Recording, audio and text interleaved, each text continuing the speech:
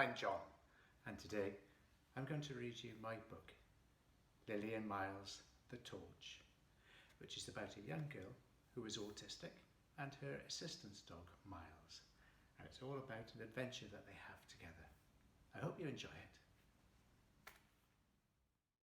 Lilly sighed and looked over at where Myles lay fast asleep on an old chair. It was the school holidays, and she and Myles were staying with Grandma at the seaside. Myles is Lilly's assistance dog. Lilly needs his help because she is autistic. She sees the world differently to others and often finds it difficult to communicate. Myles' job is to support Lilly and to keep her safe. But for now, Myles was sleeping and Lilly was bored. She wanted something to do. Grandma had told Lilly stories of sea monsters living in a big dark cave on the beach.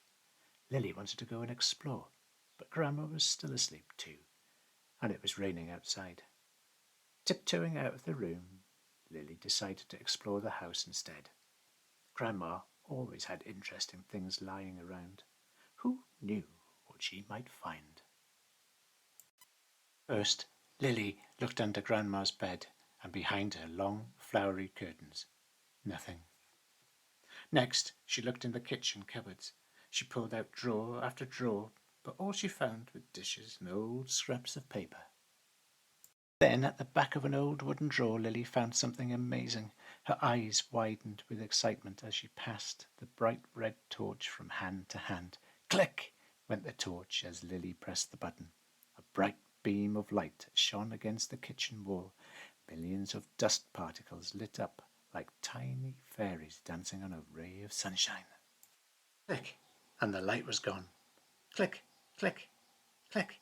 On, off went the light as Lilly pressed the button again and again. Lilly enjoyed listening to the sound of the clicking. Looking out of the window, Lilly saw that it had stopped raining. As she gazed longingly at the world outside, Grandma woke up. Go ahead, she said. If you want to go outside, I'll get my coat and come too. Not too close, though. A girl needs freedom to find things for herself. Lilly smiled. Then, shrugging on her coat, she dashed out into the garden. With Myles beside her, Lilly ran past an old apple tree and down to the pond. Dropping to her knees, Lilly shone the torch into the dirty, murky water. Plop, plop, went some bubbles as they popped out of the water. Two little eyes appeared at the surface, then another pair, then another. Frogs, Lilly whispered into her hand, barely able to contain her excitement. Hello, frogs. A wave of warm emotions rushed through Lilly's body. The excitement was so overwhelming that she jumped up and waved her hands in the air with sheer joy. Lilly looked back down at the pond, but the frogs had gone. Goodbye, frogs, said Lilly, waving. Leaping over the garden wall and across the soft sand dunes, Lilly raced towards the beach with Myles hot on her heels. Lilly's hands grazed the long, prickly grass as she ran, feeling the texture of every blade. After a few minutes, Lilly stopped to catch her breath. Curious, she shone the torch into the biggest and darkest clump of long, sodden grass she could find. She felt like a brave explorer venturing into an undiscovered jungle.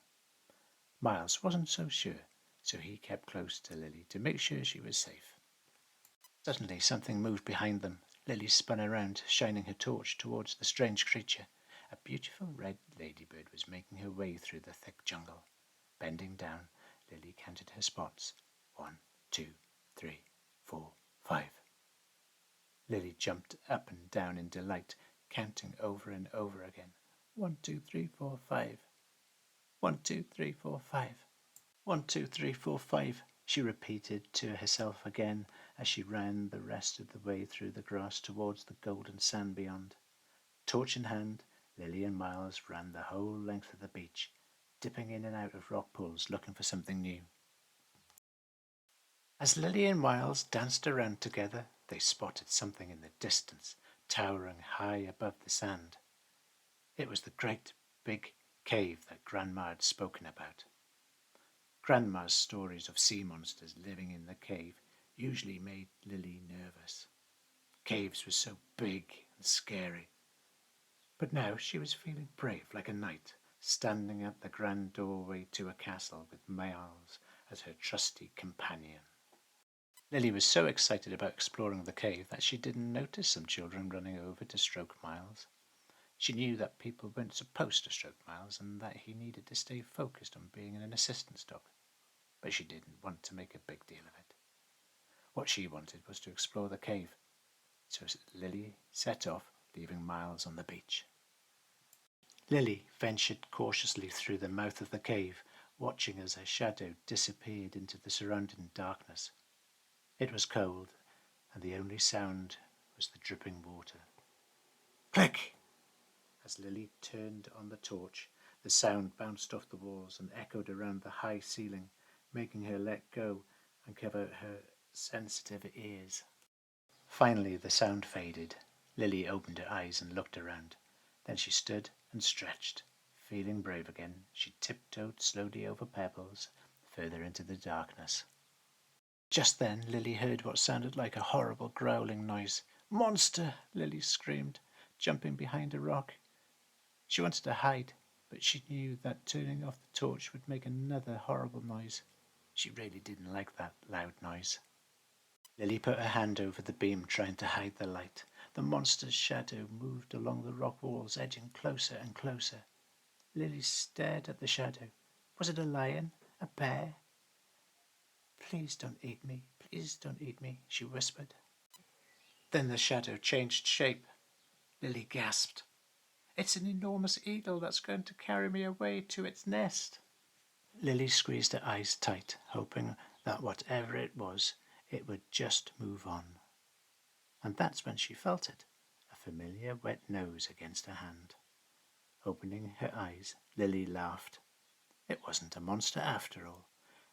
It was Myles. He had followed her into the cave and wanted to make sure she was safe. Myles lay down across Lily's lap to make sure she was calm. "Come on," said Lily. "Let's go home." Myles' tail wagged excitedly. He guided Lily safely out of the cave, and the pair ran across the beach together, back to Grandma's house. What an adventure they were going to tell her about. Wow, what an adventure. I hope you enjoyed it as much as Lily and Myles did. Thank you for listening to me read my book, Lily and Myles, The Torch. Thank you. Goodbye.